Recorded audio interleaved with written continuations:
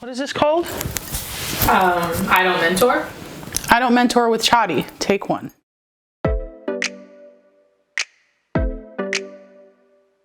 All right, so I don't believe in mentoring.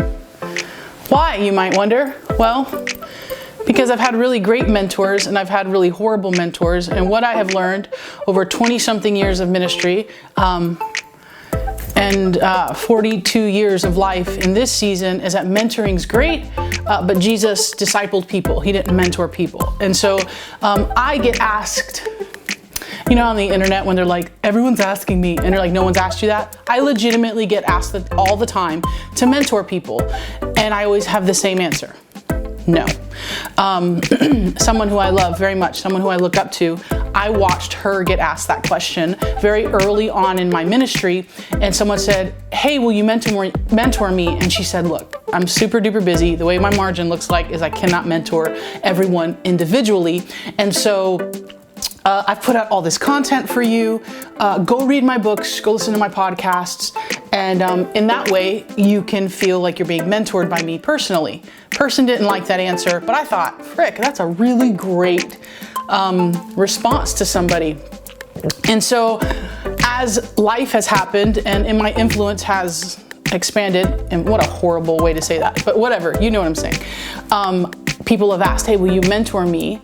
And so my response has always been, I have 8 seasons of a podcast. I have books, go read them. And if you do all that, come back to me, then we can talk about maybe what a discipleship could look like. And so there have been certain people in my world that I have done that with. So when I wrote this book, I thought, what if I did a session with questions people have asked me in the past, as well as questions that you guys sent in, and give it to everyone who has pre-ordered the book as a gift, and do like a non-mentoring session. So that's what this is. You have pre-ordered my book, and I love you and I'm thankful for you.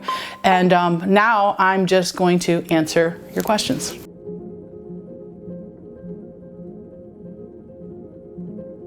Yikes, that was the first question? Yeah. Oh my God. How do I what? My grandmother, when she passed away, had all these like writings and journals, and my grandfather gave me this box of all her writings and journals, and she had written in 1986 all the things that she had learned from following Christ, and one of the things was to see God in everything. And so I have a very weird outlook on life because my family quite literally escaped communism to experience freedom, right? And so everything in my life, I have always felt like I don't have the luxury to drown in dark moments because of the sacrifice that was given for me to be born in freedom, born in the United States, born not persecuted. So how I look at hard things is that God is always in them.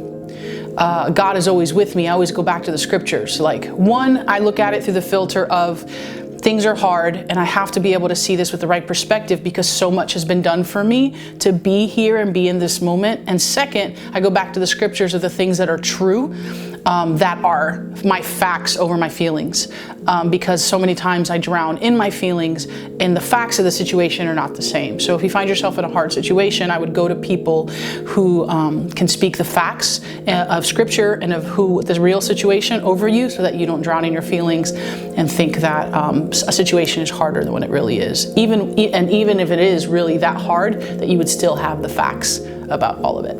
So yeah, that's how I do that.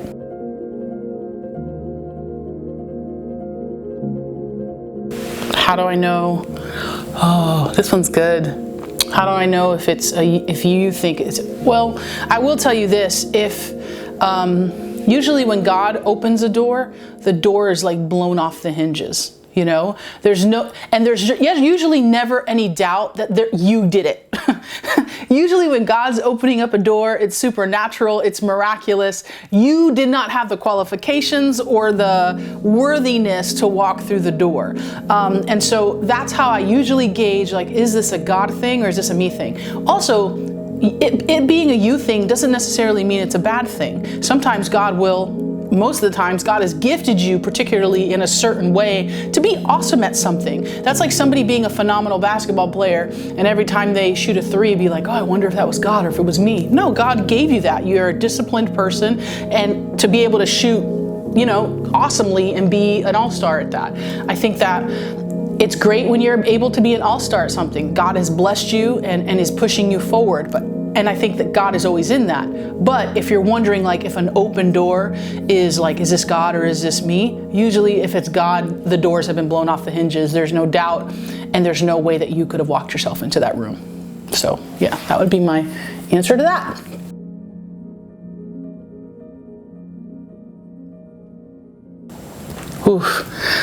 Let's start with God. I engage God daily and throughout my day. I don't have a set prayer time. I don't go into my closet and I war. I don't do that. I talk to God throughout my day. Hey Lord, what's up? Good morning. I talk to God like I'm in relationship all the time. So it's just like how I'm married to my husband, and it would be weird if I just set up a quality time with my husband for 15 minutes in my closet. That would be strange, right? So I try to talk to God throughout my day. I'm praying in my prayer language. I'm seeking Him in the car. I'm listening to worship. I'm always engaging His voice, and I always want to be available. Even on my work desk, my Bible is always open. I always want to be available for God to drop a bomb, always, regardless. And so how do I engage the scriptures? What was the second part of that question? I read my Bible every day. The goal is to read it every morning so that I can start my day firmly planted in truth. And so when the lies of the enemy come at me during the day, which they always do, I always go back to what God said in the morning, because as T.D. Jakes said, that if you don't know what God is saying, go back to what He said. And so I have taken that very closely to my heart over my life and ministry, and I just want to go back to what He said. But if I don't get to the Word in the morning, you can tell. You can tell if I haven't been in the Word, because it's embarrassing. Because words and things come out of my mouth that aren't of the Lord. And I find myself ingesting nonsense like Netflix, and instead of just seeking God and all His goodness and spending time with my family. If I'm not in the Word, and I'm not in the Word over a certain amount of days, if I'm not in the Word and I'm not in the Word over a certain amount of days, it'll be like how I get when I'm hangry, where you're like, somebody give her a Snickers. It's like my soul becomes hangry, and I'm just not fun to be around. So because I know that about myself, I make sure that I'm in the Word. Yeah.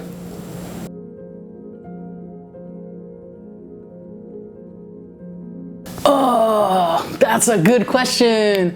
I do not read when I'm producing content that has to do with the Word, or I'm writing a sermon, when I do my quiet time, I do not read what I'm reading to prepare for my sermon. So this past weekend, I was preaching regarding Ephesians. I was in Ephesians 5. But my quality time with God was in Jeremiah. I did not even engage Ephesians. I engaged Psalms a day. So sometimes I feel like if I'm very overwhelmed with a word or something that I'm trying to create content with, I will simplify my time with God so I can really truly ingest what He's trying to say, and I will usually go to a Psalms a day, and I'll go to whatever the date is, and I'll read that Psalms. Sometimes I'll just get in the morning, I'll put on a worship song and sit quietly, and then I'll be like, God, is there a specific verse or chapter I need to read? And usually He gives it to me, and then it's frightening. But that's what I do. I try to not overwhelm my brain and my mind and my heart to not hear God, because what I don't want to do is miss out on whatever God's asking me to pour out in one sphere because I overly stimulated myself in another. Yeah. Does that make sense? Yeah. Okay.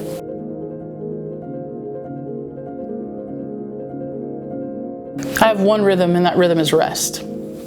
That's my greatest rhythm. Everything else is surrounding rhythm. Not my church rhythm, not my family rhythm, my rest. Because if my mind ain't right, and my heart ain't right, and my body ain't right, my family and my church and my life won't be right. So my greatest rhythm is rest. What does that look like? That means that every day I find something fun to do that is relaxing, whether I jump in my pool with all my clothes on, or I just go sit quietly and watch a TV show in the middle of the day. Whatever it is, that's a rhythm of rest daily, as well as a rhythm of rest weekly, which is my Sabbath, which is sacred and I don't mess with. And it's Friday night to Saturday night. That could be different for you, but during those 24 hours, I have dinner, we pray with our family, we set that time aside to just seek God and have fun and enjoy the day and give my time back to God.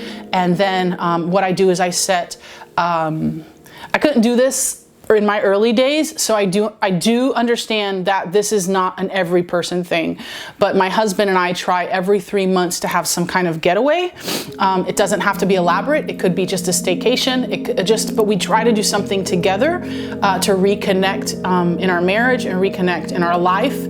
And we do one big vacation a year. And so when I say big vacation, it's like a week, not like a 3-month Europe trip, the way my bank account works. Anyways, so, but we didn't do vacations as a kid, and I remember watching how burnout my parents were, and so that is a big rest, a rhythm of rest in my day, in my time, in my months, in my year, is the only real rhythm I have and the only one I want. Yeah, that makes sense to me.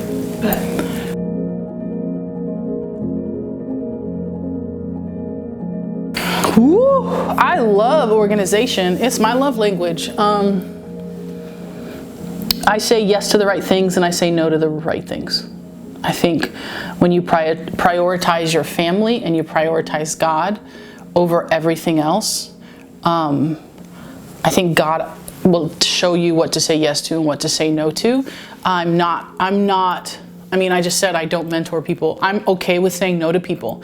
I'm okay with saying no to lunches and no to hangouts and no to certain things that I can't give my time to in that season. Not because I don't love people and not because I don't want to give or pour out I'm a weirdo. I have like 3 jobs and I'm pastoring a community, and so I feel like in this season of my life I have to focus on my marriage, I have to focus on my rest, and I have to focus on our church. So for me, saying no to certain things, it's okay. So some, like my sister, her kids are in sports, and so that's a big deal for their family. So they say no to a lot because it works around their kids' schedule. And I think whatever it is in your season that God has given you to prioritize, just do it and be okay with saying no to everything else. I don't feel like you have to,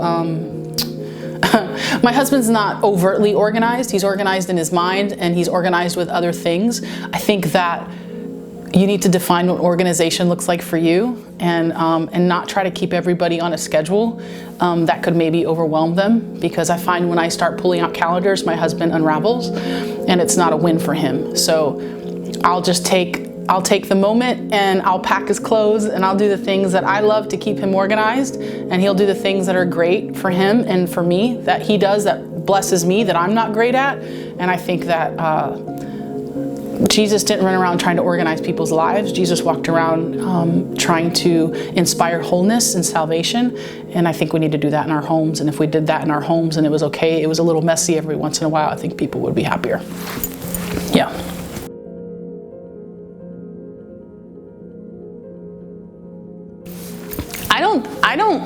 How do you define leadership? I define leadership as nobody else would step up, so I just did. I never was like, I am a leader, let me lead. I never tried to do that. I was just the kid that if something happened and nobody stepped into it, I was going to step into it because I didn't want to be led by somebody who was incompetent, and I trusted myself. I don't know.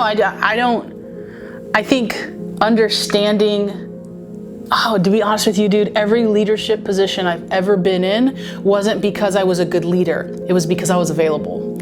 And because the leaders were not available, or the people they thought were qualified didn't want to do it. And so they were like, I guess Chari will do it. I don't think there's been one job in ministry where I've ever stepped into, or a job in general where I've led, except for the one where I was, my job in New York, where my qualifications went ahead of me and qualified me to lead. In the marketplace, in the world, it did that. But in the kingdom, it's never done that. There hasn't been one ministry job that I was like, I've earned this. Every ministry job was like, oh, I don't want to do this. No, I'm not called to do this. And I think that God promotes those that pursue him, not those that pursue a limelight or a platform or a position. Absalom did that. I don't want to be Absalom. I want to be David. David, not the murderous David, but the one that just surrendered his kingdom to his crazy son and just led and didn't get offended. I want to be that guy. And so if I can be the type of person that just is always available to whatever God has for me, and I can do it in a healthy way, to me, that's leadership. Serving people, loving people, that's the goal of leadership. And there was never a moment where I was like, I'm a leader. No, it was always a moment like, how the crap did I get into this room? Why am I here? And I think that if you're running around going, I want to be a leader, and you're learning about leadership and stuff, yeah, Jesus didn't do that. And so I think we as the Western church have really spotlighted leadership. And if we could just spotlight servanthood and not abusing servanthood, but instead just really loving people,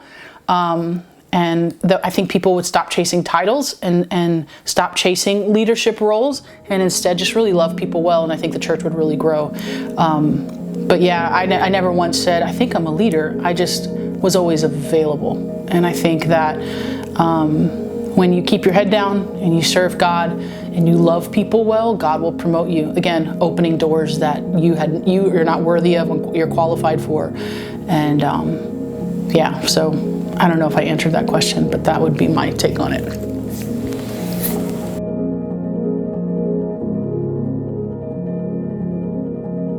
But I've been really hurt by the church. So much so that I remember sitting on my couch in April of 2020, and I looked at my husband and I said, I don't think I believe in God anymore. Like, it was that level of testing of my faith. And I remember crying, and I looked at him and I said, this isn't the Jesus that I have experienced.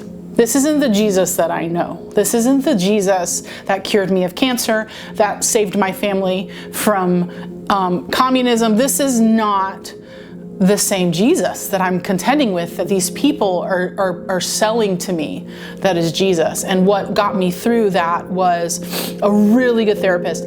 And also the realization that my relationship with Jesus and the scriptures and knowing the word of God, you couldn't tell me something because I hear from God myself and I understand the word of God. So what happens is a lot of people will get church hurt because they only experience God on Sunday and through the people that give them the word. And so I'm not saying that it didn't hurt. It did, but there are ways to be able to navigate that. And so sometimes I have found that people walk away from Jesus because they never truly experienced Jesus, and they only ever experience Jesus as people.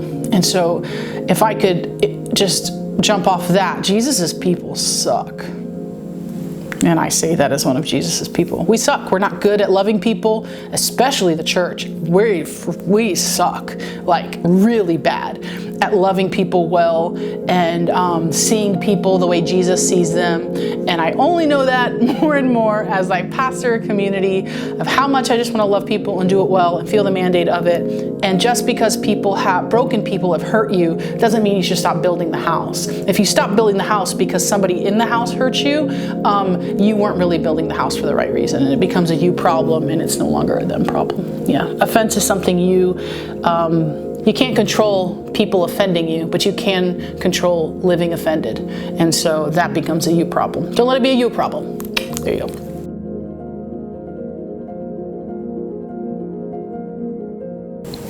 Yes. I think that for me, I've never said this is what I want to do for a job. All I thought was, I just want to live for God. And I remember being 17 years old and I got radically saved at a Christian concert. And I told God, I will do whatever it is you want me to do. I just know I have to follow you. And so whatever assignment I have done, have I enjoyed the assignment? Yeah, dude, I've had some really cool jobs. I love pastoring people. I love getting to write. I love getting to do podcasts. I love teaching the word of God. I just love talking about Jesus. So am I living my best life? Yeah, I think so. I mean, I do need to lose about 50 pounds, but whatever. And, I'm not living a perfect life, but I am living a present life. And I think it's because I never tried to, my dreams were never attached to a thing I was doing, but instead of the person of Jesus Christ. And I think when you attach your life to Christ and following Jesus, it doesn't matter what the assignment is, you'll be fulfilled and you'll be happy, because at the end of the day, you're living out the call of God. My goal was never to be in vocational ministry. My goal was to live as a light in the darkness. And when you live as a light in the darkness, it doesn't matter what type of flashlight you are or what kind of light you are, whether you're a lighthouse in one season or a tiny weird flashlight in another, know that you're a light, and that's really what God's called you to. So yeah, that would be my hope for people, but that's how I look at it. Yeah.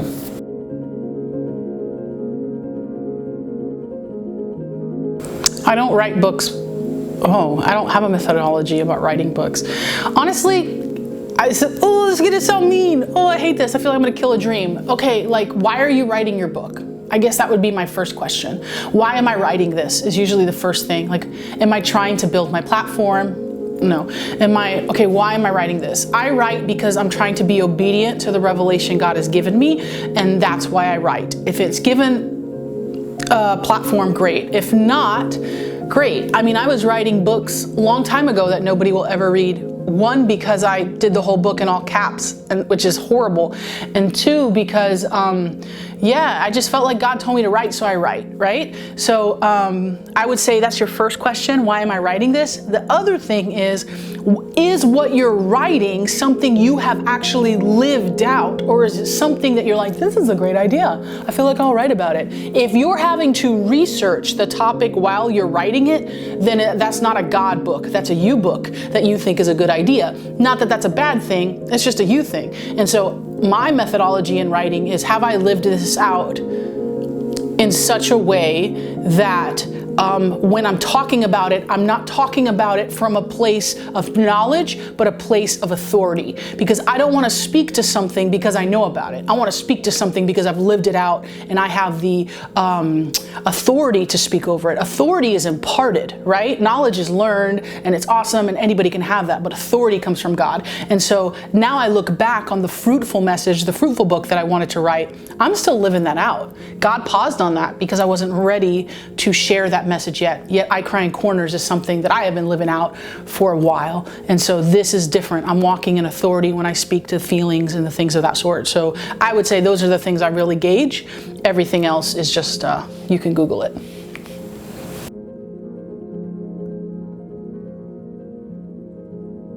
That's the problem, is that I don't look for a season to rest. Jesus didn't look for a season to rest. Rest was a rhythm in his life. So I would say stop looking to make rest something you have to do instead of rest is something you live out. So rest isn't a season. Rest isn't like, I'm all for sabbaticals. I think sabbaticals are important. I took a sabbatical at the beginning of the year, but rest is a rhythm. And I wrote this in the new book, that if you do not rest as a rhythm in your life, you're going to look at rest as a reward, and a reward ends up feeling like a rehab. Like it's a hurry up and rehab and rest so that you can feel better to keep doing. And that's not what rest is. Rest is shalom. Rest is understanding. You're walking out a peace and a completeness and a wholeness, and you're giving God back his time. Time is the only actual currency on this earth. It's not money, it's not influence, it's not all the things that we think success, yada, yada, yada. It's time. Time is really the only currency, and you're running out of time. So why don't you give God back his time? And when you give God back his time, what he'll give you is a peace that surpasses all understanding. And so for me, rest, I don't look at like, when should I do this? It's, I'm always doing this. Always. It's always a thing. And so it might be, some people actually do need to take a sabbatical to refocus and seek God. And it might be, what's the word I'm looking for? Like a legit pause or reset. I think those are needed. but rest is not something you have to look for. Rest is in your everyday life. And if you do it daily and you engage it daily, I would highly suggest that you read The Sabbath by Abraham Heschel. Is it Abraham Heschel? Yes. Google it. It's called The Sabbath. And he was a Jewish man who lived in the time of World War II. Right after World War II, he wrote The Sabbath. It's holy, it's sacred, and it changed the way I look at it. So I would highly suggest you read it. How do I become as cool as you? That's a weird question, Kaylee. How do you become as cool as me? How do you define cool? You. Oh my God, you're making it weird. Confidence. I don't know. I think everyone should just be as cool as they are. I think we shouldn't look at people and say, I want to be cool like them. I think you should look at God and say, I want to be cool like him. Is that how you walk in a room? Yeah. I walk into the room. I don't worry about what people think about me or how I'm perceived. And I say that with discretion and discernment. I don't say that like, everybody, I don't care what they think about me. I can't say that. I'll leave it out. I don't walk into a room like, I don't care what people think about me because I'm cool. Ugh. I walk into a room like God has asked me to walk into this room. So whatever anyone says or thinks, at the end of the day, it's a them issue. And I got to leave people feeling loved and seen. But at the end of the day, like, I'm just going to be me. I'm just going to do me and do it in a way that honors people and honors God and doesn't make people feel less. Yeah, your God confidence shouldn't make people feel less about themselves. It should be encouraging. It should love people and lift people up. How do you be as cool as me? I don't know. I don't feel like I'm cool. I feel like I'm a weirdo. But two, I would say whatever God confidence I have is definitely rooted in God. So yeah, that's it. That's all I have. Is that it? Thank you for coming to my, what would I call it? Non-mentoring sessions with Chari. I hope you feel non-mentored. Okay, bye.